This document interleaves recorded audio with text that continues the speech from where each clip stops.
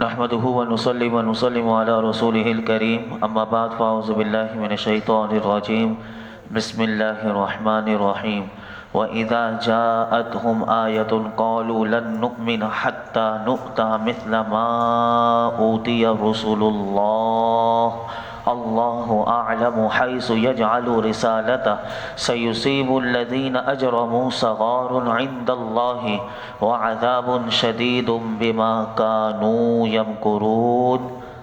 اور جب ان کے پاس کوئی نشانی آئے تو کہتے ہیں کہ ہم ہرگز ایمان نہ لائیں گے جب تک ہمیں بھی ویسا ہی نہ ملے جیسا اللہ کے رسولوں کو دیا گیا۔ اللہ اسے خوب جانتا ہے جہاں وہ اپنی رسالت رکھے۔ عن قریب مجرموں کو ان کے مکر و فریب کے بدلے میں اللہ کے ہاں ذلت اور شدید عذاب پہنچے گا۔ اس آیت مبارکہ کا شان نزول یہ ہے کہ ولید بن مغیرہ نے نبی پاک صلی اللہ علیہ وسلم سے کہا کہ اگر نبوت حق ہے تو میں آپ سے زیادہ اس کا مستحق ہوں، کیونکہ میں عمر میں بھی بڑا ہوں اور آپ سے زیادہ مالدار بھی ہوں۔ اس پر اللہ رب العالمین نے یہ آیت کریمہ نازل کی۔ اور ایک قول یہ بھی مفسرین کہتے ہیں کہ یہ آیت ابو جہل کے بارے میں نازل ہوئی۔ ابو جہل نے کہا کہ ہم نے عبد مناف کی اولاد سے سرداری میں مزاحمت کی، اور اب وہ کہتے ہیں کہ ہم میں ایک نبی ہے کہ جس کی طرف وحی نازل ہوتی ہے، اللہ کی قسم ہم اس پر ایمان نہ لائیں گے اور نہ کبھی اس کی پیروی کریں گے یہاں تک کہ ہمارے پاس بھی ویسی ہی وحی آئے جیسے اس کے پاس آتی ہے۔ یہ دو قول مفسرین نے بیان کیے۔ علماء فرماتے ہیں کہ اس سے معلوم ہوا، اس آیت سے یہ پتہ چلا کہ نبوت کا چناؤ یہ اللہ کی طرف سے ہوتا ہے۔ اس میں اعمال، قومیت، مال کی وجہ سے نبوت نہیں ملتی۔ عقیدہ نبوت سے متعلق چند اہم باتیں ہم سب کو یاد رکھنا انتہائی ضروری ہے۔ میں آپ کے سامنے 4 باتیں رکھتا ہوں، یہ 4 باتیں آپ بھی یاد رکھیے گا اور اپنے بچوں کو بھی یہ 4 باتیں سکھائیں۔ نمبر 1، نبوت کسبی نہیں کہ آدمی عبادت کر کے، ریاضتیں کر کے، کوشش کر کے اسے حاصل کر لے، بلکہ محض یہ نبوت اللہ کی عطا سے ہے۔ جسے چاہتا ہے اپنے فضل سے نبوت عطا فرماتا ہے۔ ہاں دیتا اسی کو ہے کہ جس سے اس منصب عظیم کے قابل بناتا ہے۔ جو نبوت کا منصب ملنے سے پہلے علماء کہتے ہیں ہر طرح کے برے اور مذموم اخلاق سے وہ پاک ہوتا ہے۔ نبی کی شان کیا ہوتی ہے سنیے۔ ہمارے نبی کس شان والے، یا کوئی سے بھی اللہ کے جتنے نبی آئے، نبوت کا تو دروازہ بند ہو گیا، حضور کے بعد کوئی نبی نہیں، لیکن عقیدہ نبوت میں ہمیں کیا کیا باتیں یاد رکھنی چاہیے، تو وہ میں آپ کو بتا رہا ہوں کہ نبی کے لیے اللہ رب العالمین کس طرح کا ایک اہتمام پہلے کرتا ہے کہ نبی کو ان کو منصب نبوت دینے سے پہلے ہر طرح کے برے اور مذموم اخلاق سے پاک اور اچھا اور قابل تعریف اور تمام اخلاق سے مزین انہیں کر کے ولایت کے جملہ مدارج طے کرواتا ہے، اور اپنے نسب، اپنے جسم، اپنے قول و فعل، اپنے حرکات و سکنات میں ہر ایسی بات سے پاک و صاف ہوتا ہے کہ جو باعث نفرت ہو، اور فرمایا کہ اسے عقل کامل عطا کی جاتی ہے جو اوروں کی عقل سے بدرجہ زائد ہوتی ہے، اور کسی حکیم، کسی فلسفی کی عقل اس کے لاکھویں حصے تک بھی نہیں پہنچ سکتی، اور جو اسے کسبی مانے کہ آدمی اپنے کسب سے یعنی محنت کر کے، عمل کر کے، وہ سمجھے ریاضت سے نبوت کو وہ پہنچ سکتا ہے، اگر کسی کا ایسا گمان ہو، علماء کہتے ہیں وہ کافر ہو جائے گا۔ یعنی کوئی یہ سمجھے کہ میں عبادت کے ذریعے، میں کسب ریاضتوں کے ذریعے میں نبوت کے منصب تک پہنچ جاؤں گا، تو جس نے یہ سوچا وہ کافر ہو جائے گا۔ تو اس کو ہمیں یاد رکھنا چاہیے۔ دوسری بات عقیدہ نبوت کے حوالے سے یاد رکھنی چاہیے کہ جو شخص یہ سوچے کہ نبی سے نبوت کا زوال سمجھے کہ ان سے زائل ہو جائے گی، یعنی نبوت ان سے لے لی جائے گی، تو وہ بھی کافر ہے۔ 2 باتیں۔ تیسری بات یاد رکھیے گا، نبی کا معصوم ہونا ضروری ہے، اور یہ عصمت نبی اور فرشتے کا خاصہ ہے، یعنی نبی اور فرشتے کا خاصہ ہے کہ نبی اور فرشتے کے سوا کوئی معصوم نہیں ہوتا، یہ بات یاد رکھیے گا۔ اور کوئی اگر اماموں کو انبیاء کی طرح اگر معصوم سمجھے تو وہ گمراہ ہے، وہ بددین ہے، یہ بات بھی ہمیں یاد رکھنی چاہیے۔ عصمت انبیاء کی یہ معنی علماء نے لکھے کہ ان کے لیے اللہ کی طرف سے حفاظت کا وعدہ ہو چکا کہ جس کے سبب سے نبی سے کوئی گناہ کا صادر ہونا یہ شرعاً محال ہے، ناممکن ہے، جبکہ ائمہ، اکابر، علماء، اولیاء کے لیے اللہ کی طرف سے حفاظت کا کوئی وعدہ نہیں۔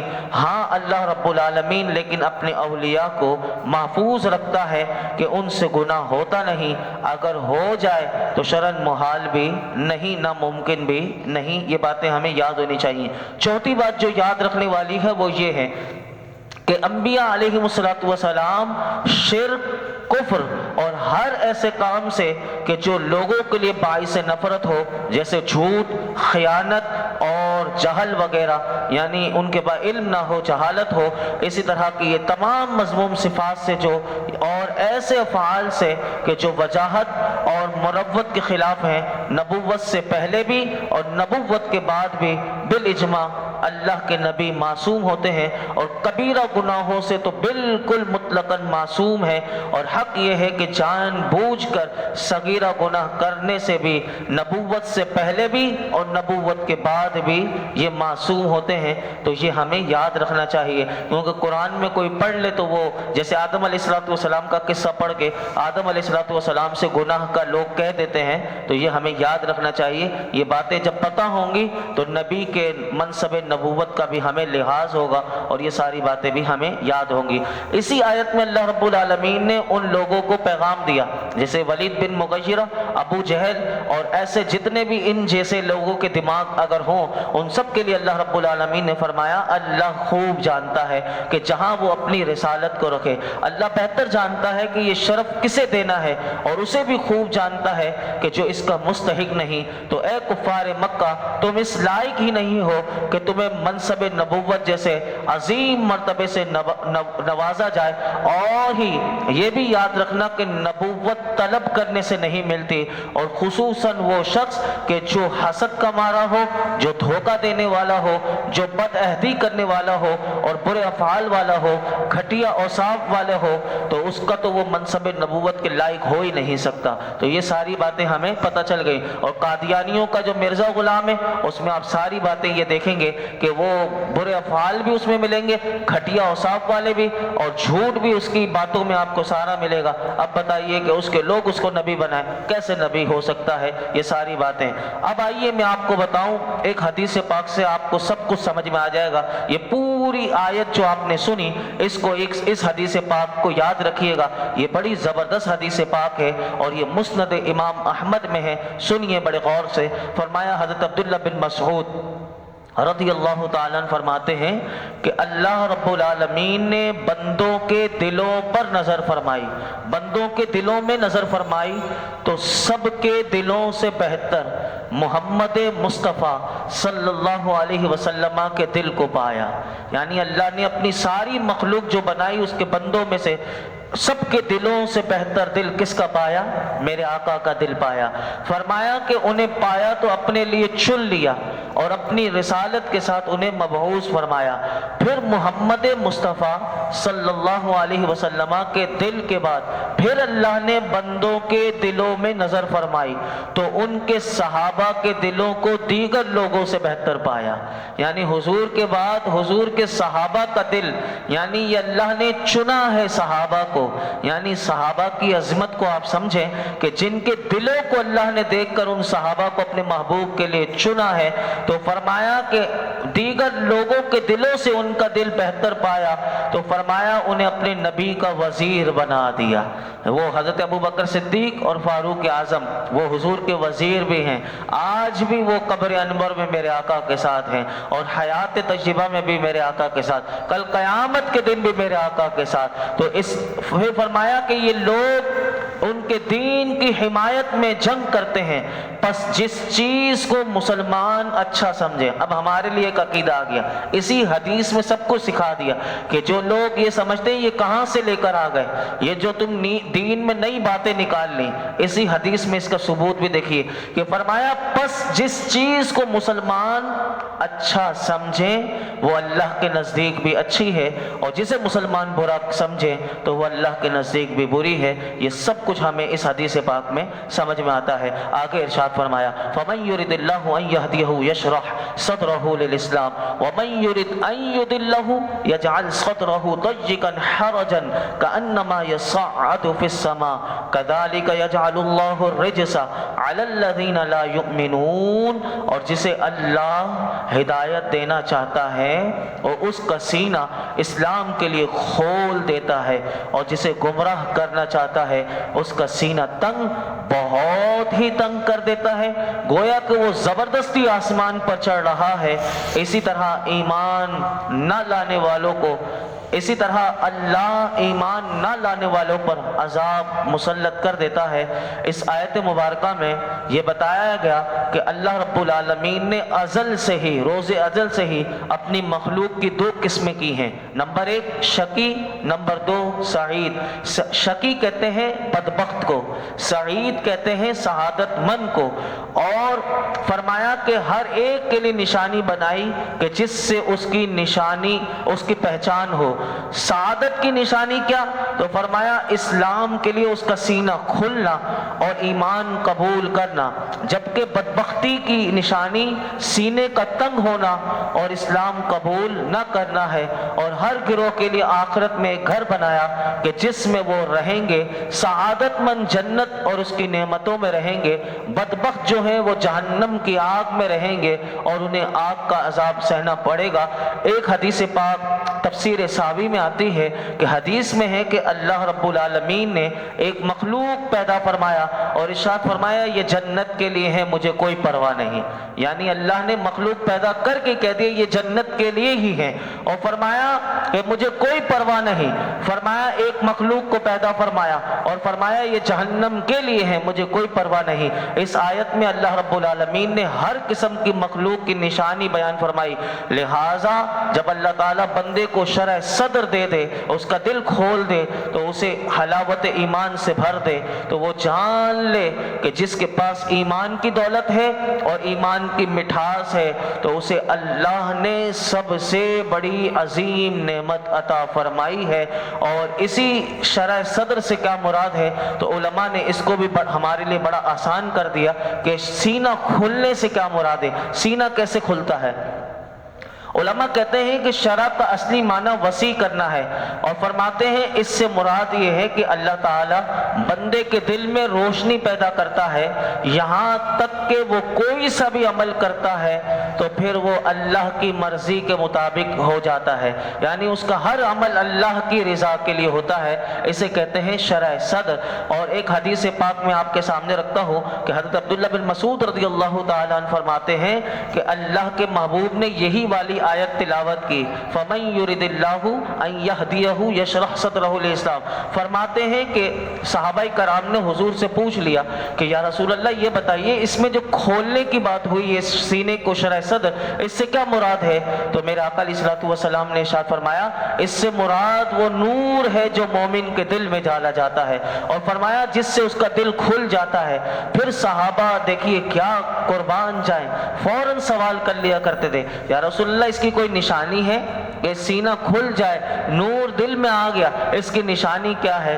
تو میرے آقا علیہ الصلوۃ والسلام سے پوچھا کہ اس کی کوئی پہچان بتا دیجئے کہ دل میں نور آ گیا اور ایمان کی حلاوت آ گئی، اس کی نشانی کیا ہے؟ تو میرے آقا نے ارشاد فرمایا اس کی 3 علامتیں ہیں۔ نمبر 1 کہ جس کے دل میں نور ہوگا تو فرمایا کہ اس کو آخرت کی طرف رغبت بھی ہوگی، مجھے آخرت میں کوئی حساب بھی دینا ہے، ہر کام وہ آخرت کے لیے کرے گا، یعنی جس کے دل میں یہ جذبہ ہے تو ایمان کا نور اس کے اندر جگمگا رہا ہے۔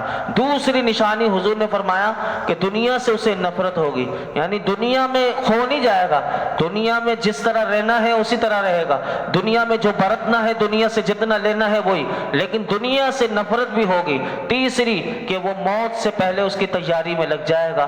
فرمایا یہ نور کی نشانی ہے۔ اللہ رب العالمین یہ تینوں نشانیاں ہمیں عطا فرمائے، ہمارے دلوں کو نور عطا فرمائے۔ اور اسی آیت میں فرمایا جسے گمراہ کرنا چاہتا ہے، اس سے کیا مراد ہے؟ اللہ جسے گمراہ کرنا چاہتا ہے اور اس کا سینہ تنگ کر دیتا ہے، بہت ہی تنگ کر دیتا ہے کہ اس میں علم اور دلائل توحید و ایمان کی کوئی گنجائش نہ رہے، بلکہ علماء کہتے ہیں اس کی حالت یہ ہوتی ہے کہ جب اس کو ایمان کی دعوت دی جاتی ہے، اسلام کی طرف بلایا جاتا ہے تو اس پر بہت بھاری گزرتا ہے، بہت دشوار معلوم ہوتا ہے، ایسا لگتا ہے کہ زبردستی آسمان کی طرف وہ چڑھ رہا ہے۔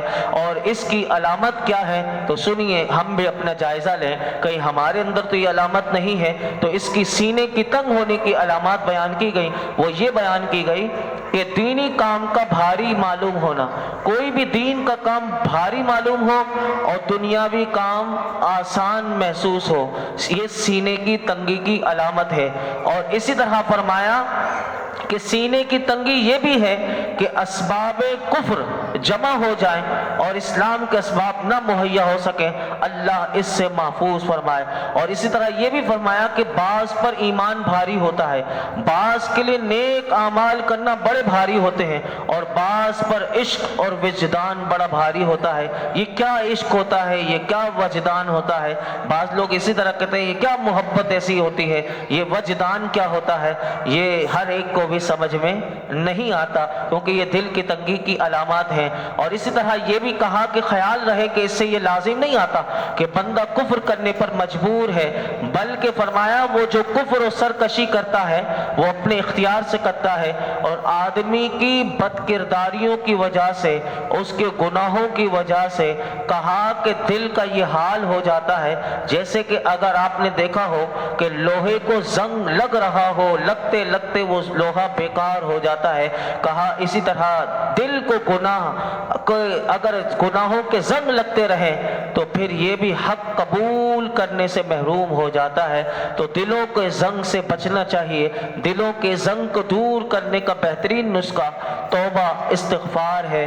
بندہ اللہ کی بارگاہ میں کثرت سے توبہ کرتا رہے اور اللہ کا ذکر کرتا رہے، موت کو یاد کرتا رہے تو یہ دل سخت نہیں ہوتا۔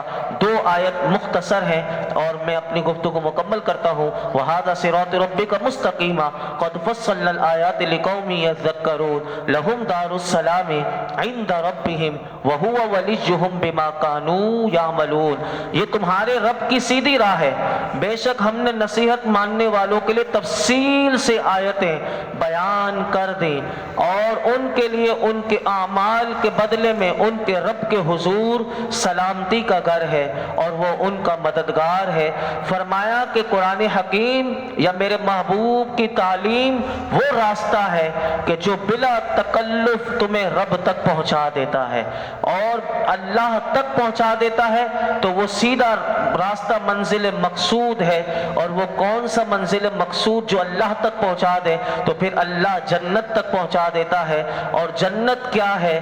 جنت وہ ہے کہ جو ہر قسم کے عیوب سے، تکلیفوں سے، مشقتوں سے پاک، وہ سلامتی والا جس کو دار السلام کہا گیا وہ گھر ہے۔ اور مفسرین کہتے ہیں دار السلام اسے بھی کہتے ہیں کہ جب جنتی جنت میں جا رہے ہوں گے تو انہیں اس وقت اللہ کی طرف سے، فرشتوں کی طرف سے، اہل اعراف کی طرف سے انہیں سلام پیش کیا جائے گا اور جنتی ایک دوسرے کو جنت میں سلام کر رہے ہوں گے۔ یاد رکھیے اس میں دو باتیں آئی ہیں، شریعت اور طریقت۔ شریعت کسے کہتے ہیں؟ یاد رکھیے شریعت وہ وسیع اور سیدھا راستہ ہے کہ جس پر بندہ آسانی سے چل سکے۔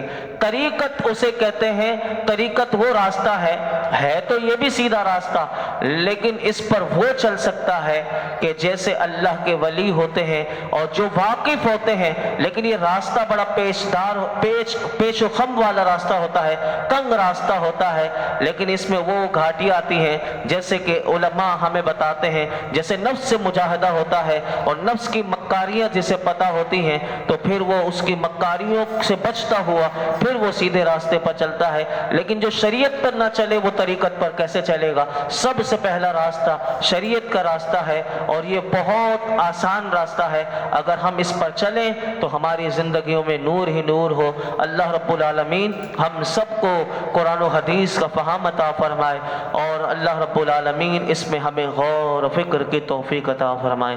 الحمدللہ رب العالمین والصلاة والسلام علی سید الانبیاء والمرسلین وعلی آلہ واصحابہ اجمعین۔ یا اللہ پاک آج جو کچھ ہم نے سنایا اس میں کوئی غلطی کوتاہی ہو معاف فرما۔ اے رب کریم ہم سب کو مولا کریم قرآن سے الفت محبت عطا فرما۔ یا اللہ ہمارے اقوال، ہمارے اعمال، ہمارے احوال میں اخلاص عطا فرما۔ یا اللہ ہمیں اخلاص کی دولت عطا فرما۔ یا اللہ ہمیں اخلاص کی دولت عطا فرما، اور ہمیں سیدھے راستے پر مولا کریم ہمیشہ گامزن رکھا۔ مولا کریم ہر قسم کی بدعقیدگی سے اور مولا کریم گمراہی سے اور مولا کریم برے خاتمے سے ہم تیری پناہ مانگتے ہیں۔ یا اللہ ہمیں اپنی پناہ کا حصار عطا فرما۔ یا اللہ مرتے دم تک ہمارے ایمان کی حفاظت فرما۔ مرتے وقت بھی جب ہم اس دنیا سے جا رہے ہوں یا اللہ اس وقت بھی ہمارے ایمان کی حفاظت فرما، ایمان کی سلامتی کے ساتھ خاتمہ بالخیر فرما، کلمہ طیبہ پڑھتے ہوئے موت نصیب فرما، ہماری آخرت کو اچھا کر دے، ہماری قبر کو اچھا کر دے۔ یا اللہ ہماری موت کو آسان کر دے۔ یا اللہ تو ہم سے راضی ہو جا۔ یا اللہ ہمارے دلوں کو نرمی دے دے، ہمیں بھی دارالسلام میں جگہ عطا فرما، دارالسلام میں جنت الفردوس عطا فرما، تیری اعلیٰ جنت جو ہے مولا کریم جنت الفردوس عطا فرما، حضور کے قدموں میں جگہ عطا فرما۔ مولا کریم تو ہم سے ہمیشہ کے لیے راضی ہو جا، ہماری ساری بد کرداریاں، بد اعمالیاں، گناہ اللہ تو معاف کر دے، اللہ تو معاف کر دے۔ اس درس قرآن میں یہ جتنے حاضرین موجود ہیں ان سب کی خالی جھولیوں کو، دامنوں کو مرادوں سے بھر دے۔ وصلی اللہ تعالی علی خیر خلق محمد وعلی آلہ